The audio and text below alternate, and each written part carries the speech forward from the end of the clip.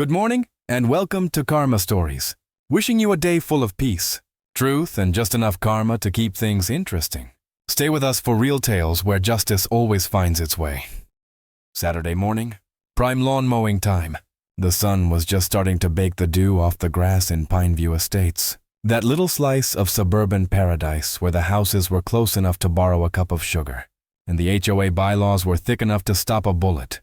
I was armed with a travel mug of lukewarm coffee and the grim determination of a man about to wrestle a toro into submission. My mission: transform the shaggy expanse of my backyard into something resembling a respectable putting green, or at least something that wouldn't get me another passive-aggressive newsletter mention of maintaining community aesthetic standards. I stepped onto my deck, took a deep breath of what I mistakenly believed to be my air, and then I saw it.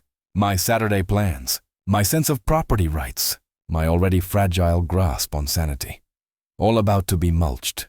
There, jammed into the earth just inside my fence line on the west side, was a sign, not a friendly beware of dog sign, or even one of those tacky gnome-related atrocities. This was an official-looking slab of faux wood plastic, about 3 feet tall, professionally lettered, Pineview Eco-Reserve. No unauthorized entry. Sponsored by the City Green Tourism Fund. Below that, smaller print, a QR code that probably led to some bureaucratic black hole labeled HOA planning file. A barely visible, almost subliminal HOA logo embossed in the corner, and a smug little sticker boasting, "Approved by the Department of Resources, Section 18A 2023. My brain did a quick reboot. Ecological Preserve. In my yard, the one I paid a hefty mortgage on, along with property taxes that could fund a small nation. A bright yellow nylon rope, the kind they use at crime scenes or to keep plebs away from VIPs, was strung around the base of the old oak tree near the fence. My oak tree. As if that wasn't enough of a territorial pissing contest. Tucked into the far corner of my lawn was a small, untreated wooden box. Inside, nestled in wood chips, were a dozen or so pathetic-looking saplings, each with a little tag. Pilot saplings managed by Common Space Initiative. Common Space. The only thing common about this space was the rapidly growing sense of outrage I was feeling. My first thought, fueled by a desperate hope, was that some city crew, hopped up on civic duty and bad directions, had made a colossal mistake. This had to be for the actual common area down by the retention pond, right? The one that was currently a monument to overgrown weeds and discarded fast food wrappers. So, I did what any bewildered, caffeine-deprived homeowner would do. I marched over to confront the source of all Pineview's power and petty annoyances.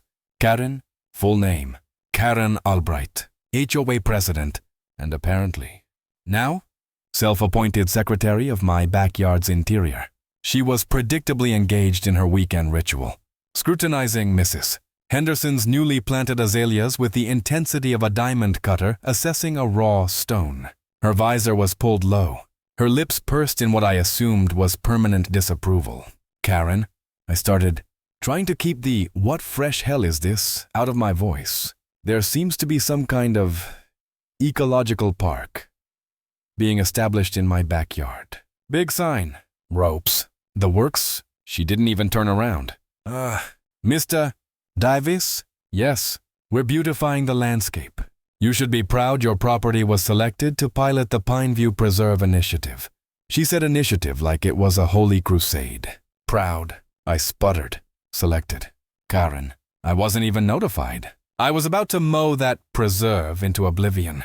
Finally, she graced me with her attention, peering over the top of her sunglasses. "The Homeowners Association, Mr. Davies, reserves the right to improve and maintain designated ecological buffer zones, especially when such actions align with broader city greening directives. It's all in the CC&Rs. Addendum 7, subsection D. I'm pretty sure Addendum 7, subsection D, probably also gave her the right to dictate the color of my thoughts, if she could figure out how to enforce it. Buffer zone. That's my private property. And since when does the city direct you to annex my yard?" She smiled, a slow, patronizing curl of the lips that made me want to test the structural integrity of her perfectly coiffed hair. "This is merely a trial phase, Mr. Davies. A wonderful opportunity. If you cooperate, and the pilot program is deemed successful, your land could be officially inscribed on the city's prestigious green map. Imagine the prestige. Prestige, right? I imagined my property taxes going up for the honor of hosting a public park I didn't ask for and couldn't use. That evening, as if on cue, an email landed in my inbox. Subject: Your good faith notification. Pineview Preserve Initiative. The body of the email was a masterpiece of bureaucratic buck passing, citing various non-existent city ordinances and HOA bylaws, and concluded with the kicker: Your continued cooperation is appreciated. Failure to respond or raise objections within 24 hours will be taken as tacit consent to the initiative's parameters. Tacit consent. I'll give them tacit. My blood pressure was now rivaling the national debt. I pulled out my property deed, the original survey maps, and cross-referenced them with the county's online GIS portal. No surprise, the Pineview Ecological Preserve, as delineated by their officious yellow rope, was located squarely, unequivocally, 100% within the legally defined boundaries of my private property, with a slight spillover into the yards of my neighbors on either side. I stormed next door to Mr. Henderson's, Jerome, a retired accountant who usually just wanted to be left alone with his roses. Sighed when he saw me. Let me guess, he said, wiping sweat from his brow with a gardening glove. The Ecological Preserve? You too? They planted a ring of those pathetic pilot saplings right around my detached garage. He lamented, pointing, said it was for visual screening and habitat enhancement.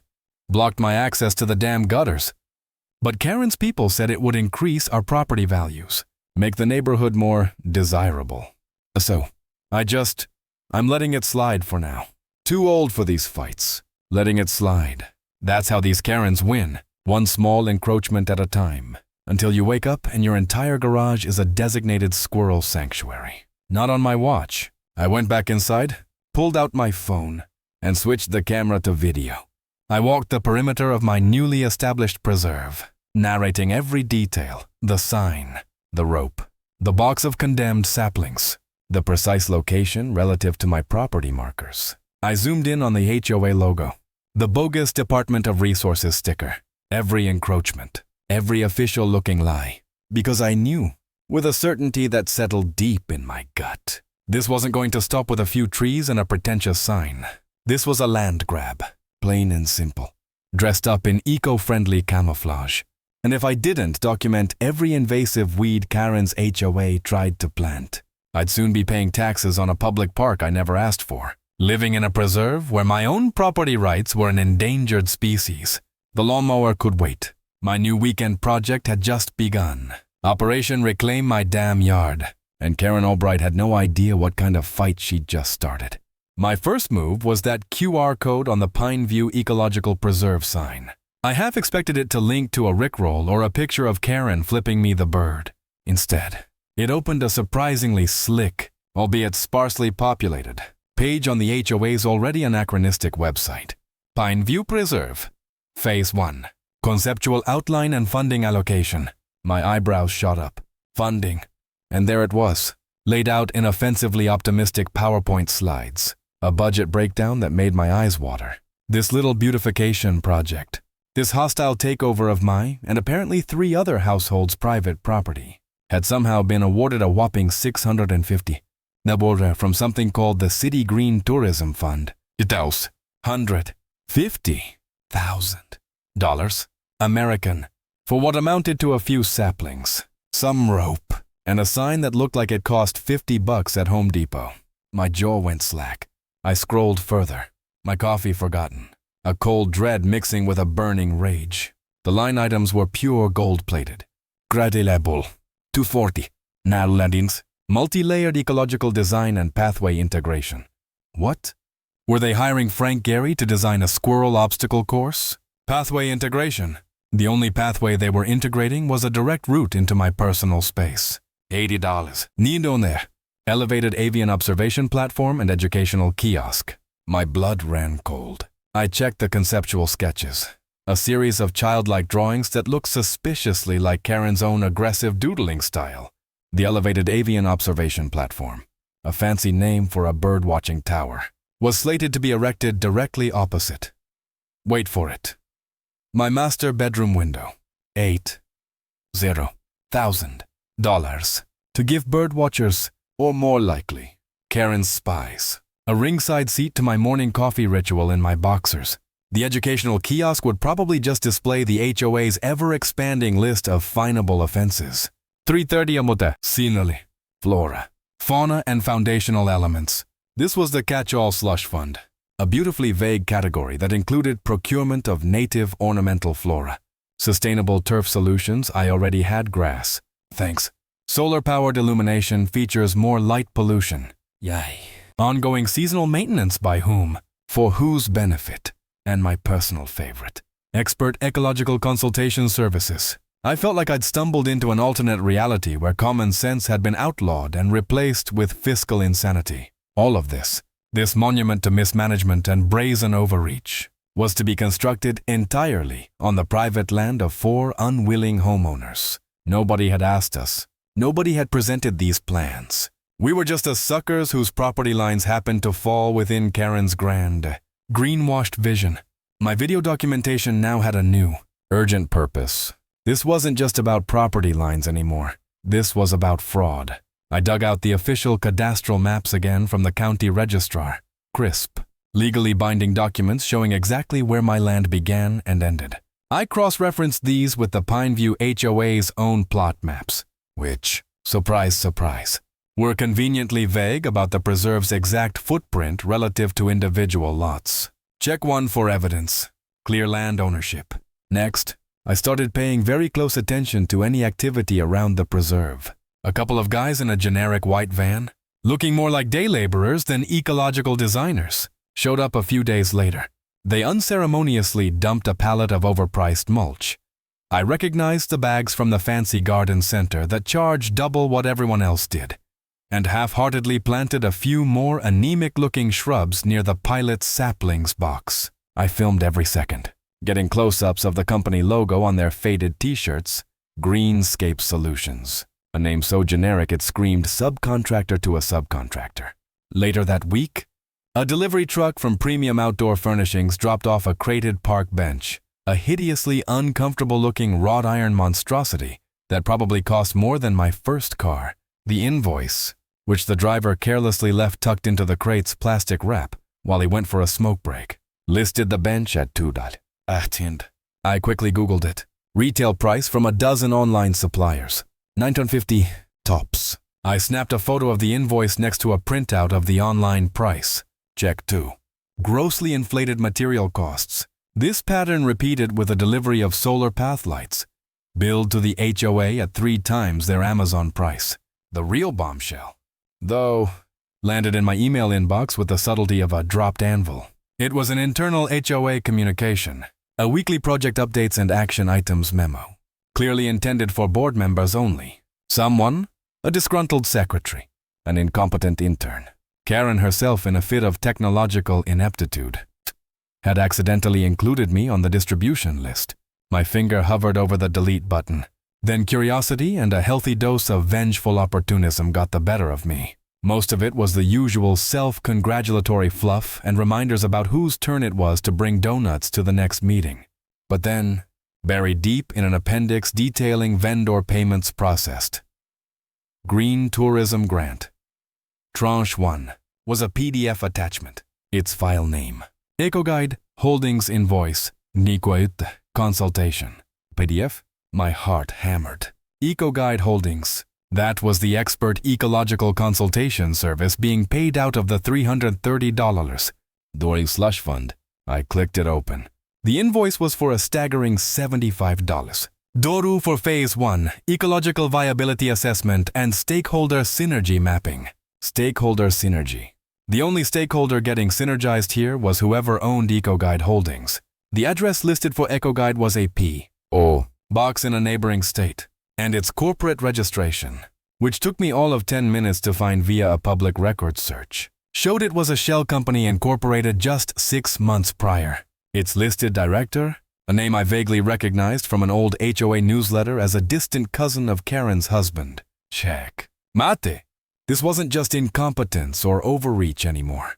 This was a meticulously planned, brazenly executed scheme to funnel $650 zero zeros of green tourism money into their own pockets, using our backyards as the stage for their eco-farce. The Pineview Eco-Reserve was nothing more than a theatrical set for a grand larceny production. My initial anger began to solidify into a cold, hard resolve. Karen and her cronies weren't just going to get a strongly worded letter or a petition from angry homeowners. They were about to get a full-blown, documented, evidence-backed introduction to the concept of federal wire fraud, land use violations, and a host of other unpleasantries. I saved the PDF, backed it up to 3 different cloud services, and printed out a hard copy. The video camera felt heavier in my hand now, no longer just a tool for petty disputes, but an instrument of justice. Mr.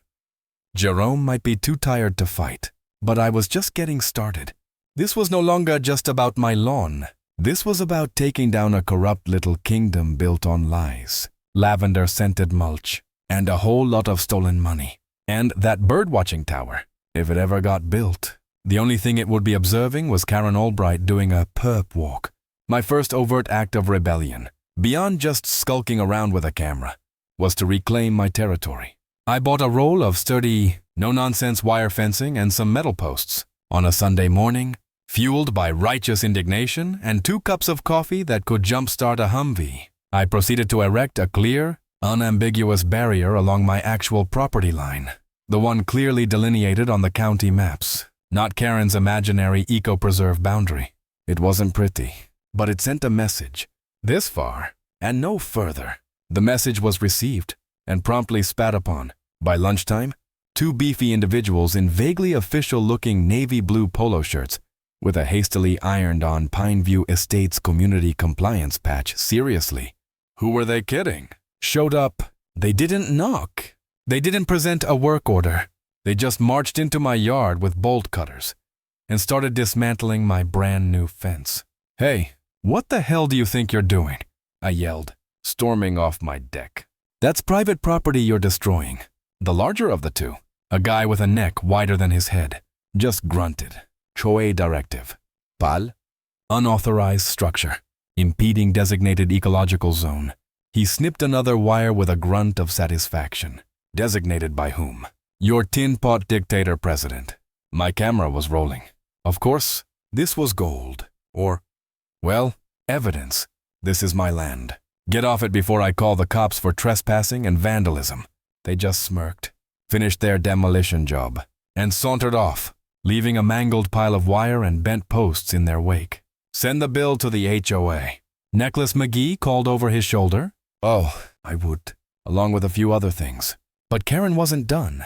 The fence was just a skirmish. She was escalating to full-blown psychological warfare. A few days later, I noticed something odd about the new birdhouse someone had thoughtfully nailed to my oak tree, right on the edge of the preserve. It was a cute little thing, painted a cheerful blue, except the entrance hole looked glassy, and it was angled directly at my back deck and kitchen window. My stomach churned. I got a ladder, climbed up, and peered inside. Nestled amongst some artfully arranged twigs was a tiny, black, wireless camera lens. My blood boiled. That conniving, voyeuristic witch. I carefully extracted it, along with its solar-powered battery pack. Then I started looking closer, tucked into a dense patch of invasive English ivy ironic. For an eco-preserve snaking up my fence, their fence, the one they hadn't torn down, was another one. And another, disguised as a landscape rock. She had my entire backyard under 247 surveillance. No warning, no consent. Just Karen, playing big sister. Probably critiquing my barbecue technique or the brand of fertilizer I used from her command center in the clubhouse.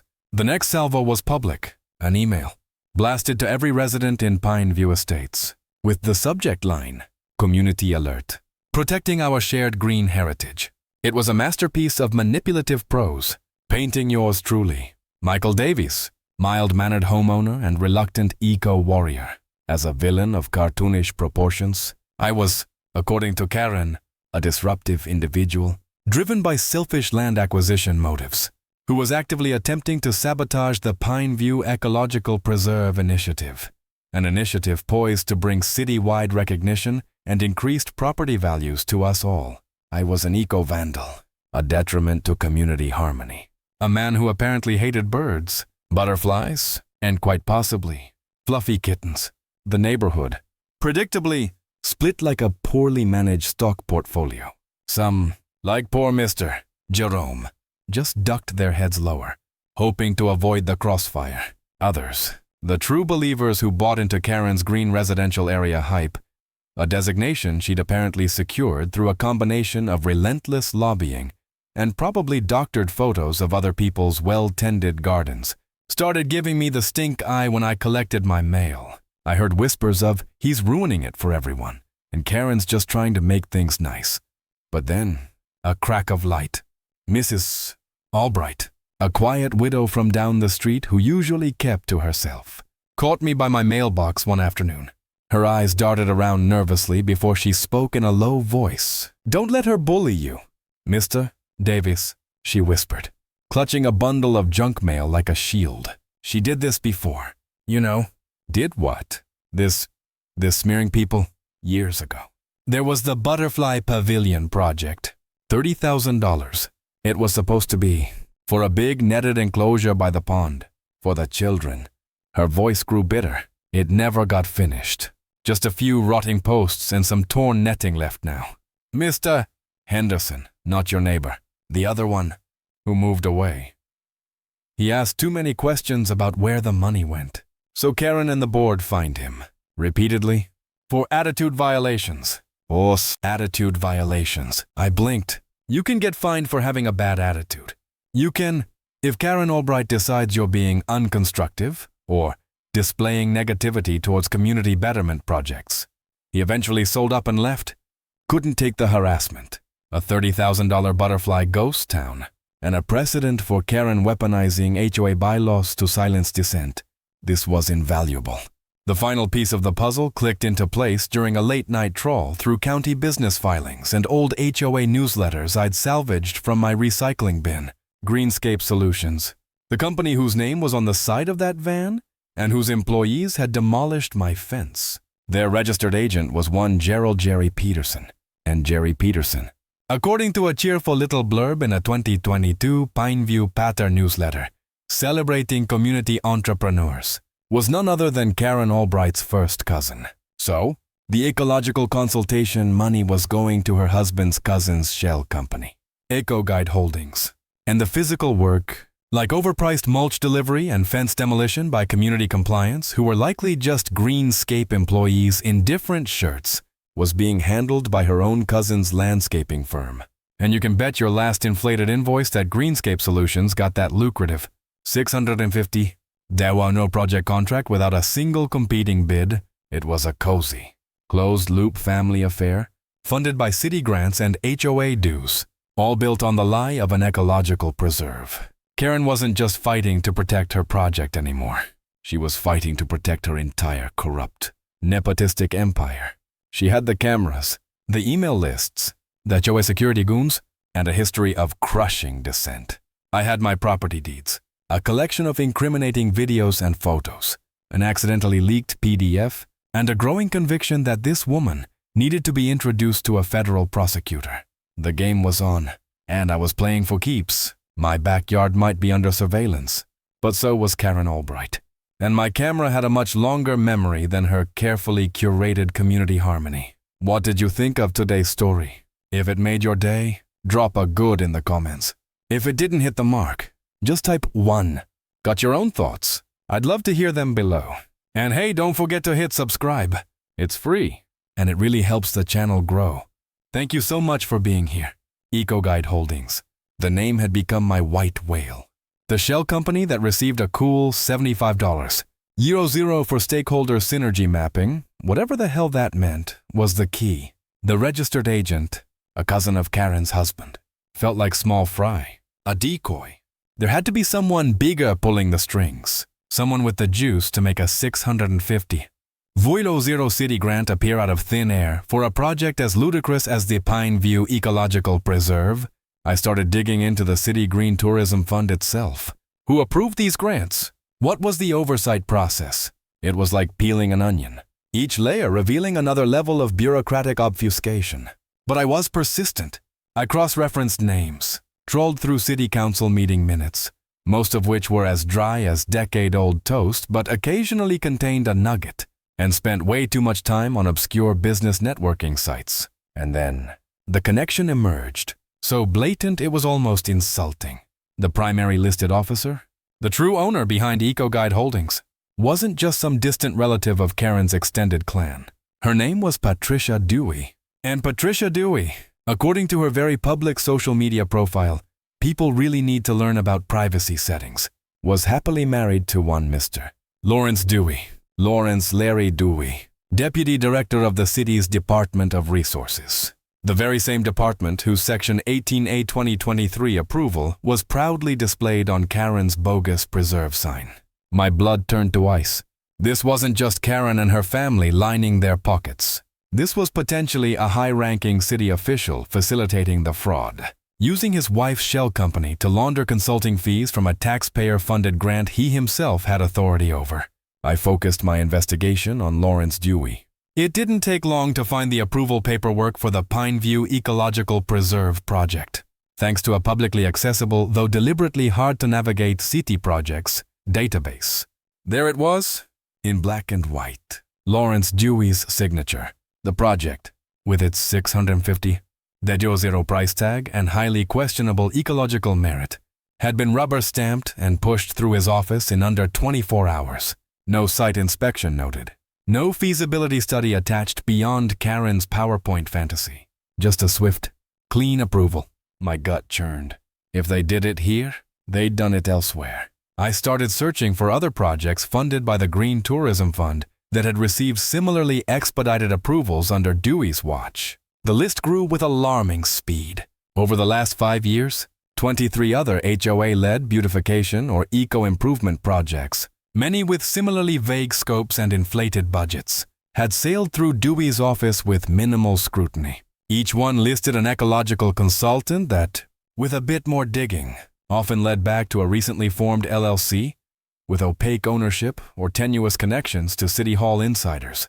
It was a pattern, a playbook. This was way bigger than Karen Albright's inflated ego and desire for a bird-watching tower opposite my bedroom. This was a conspiracy to defraud the city, using HOAs as the willing or sometimes, perhaps, duped instruments to siphon off public money. Karen wasn't just a petty tyrant. She was a cog in a much larger, more corrupt machine. My little folder of evidence, the property deeds, the videos of Karen's goons and her cousin's landscaping crew, the inflated invoices, the accidentally leaked PDF naming EcoGuide, the corporate records, and now, the clear line connecting it all to Deputy Director Lawrence Dewey and a suspicious pattern of approvals was becoming too explosive for me to handle alone. Going to the city council felt like reporting a fox to the henhouse manager. They might even be in on it. There was only one viable option. I compiled everything into a meticulously organized digital dossier, complete with a timeline, annotations, and a cover letter that dripped with restrained fury. Then, I sent it, encrypted, to Sarah Jenkins, the lead investigative reporter at the City Chronicle, a journalist known for her tenacity and her refusal to back down from powerful interests. I didn't know if she'd even open it. I was just some guy with a grievance and a pile of digital dirt. 3 days later, my phone rang. Mr. Davies. Sarah Jenkins from the Chronicle. I've read your dossier, and frankly, I'm stunned. Let's talk. The next 2 weeks were a blur of hushed phone calls, covert meetings in quiet coffee shops where Jenkins asked probing, incisive questions, and the agonizing wait as she and her team did their own deeper dives, verifying my findings, and undoubtedly, unearthing even more. Then, on a Tuesday morning, it hit the newsstands, or rather, the digital front page, where it exploded across the city's consciousness. The headline was a thing of brutal beauty, fake leaves, real money, inside the HOA and City Hall alliance gutting Pineview's environmental grants. The article was a bombshell. Jenkins had not only confirmed everything I'd found, but it also uncovered 2 more shell companies linked to other city officials, all benefiting from Dewey's fast-track approvals for HOA projects. It detailed the inflated costs, the nepotism, the sham consultations, and the network of complicity that stretched from petty HOA tyrants like Karen Albright to the polished corridors of City Hall. My backyard preserve was the poster child for the scandal. My videos, discreetly sourced, even made a brief appearance on the Chronicle's website. The city erupted. Taxpayer outrage, environmental groups screaming bloody murder, rival politicians smelling blood in the water. It was a perfect storm. Within 48 hours of the article dropping, the City Council, under immense public pressure, announced a sweeping, independent investigation into the Green Tourism Fund and every HOA project it had financed for the past decade. All current funding to active HOA projects, citywide, was immediately frozen pending the outcome. Karen's little eco-empire and Lawrence Dewey's lucrative side hustle were suddenly under a very large, very unforgiving microscope. The satisfaction was immense, but it was tinged with a new kind of anxiety. I had poked the bear. Now I had to see if the bear, or rather, the interconnected network of bears, would come looking for the guy who'd supplied the pointy stick. My little neighborhood spat had gone viral, and the fallout was just beginning. Sarah Jenkins' expose, fake leaves, real money, became the city's obsession. Suddenly, my little backyard battle was front-page news. A case study in how easily public funds could be diverted by a cabal of self-serving officials and tin-pot HOA dictators. The City Council, previously a rubber stamp for anything Dewey proposed with the word green in it, scrambled like ants on a hot skillet. An emergency session was called. Heads, they promised, would roll, and roll they did. First to go was Deputy Director Lawrence Larry Dewey. His resignation was tendered so fast, it probably left skid marks on the mayor's mahogany desk, but resigning wasn't going to cut it. Within days, the state attorney's office, spurred by the journalistic evidence and a public outcry that could curdle milk, announced a full criminal investigation.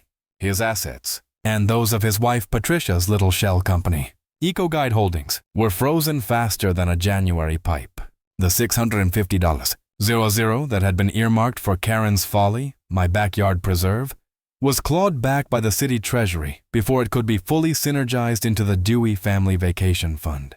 As a cherry on top, the city announced the formation of a new, genuinely independent public audit committee for all future community and environmental projects, complete with citizen oversight. One small win for actual accountability.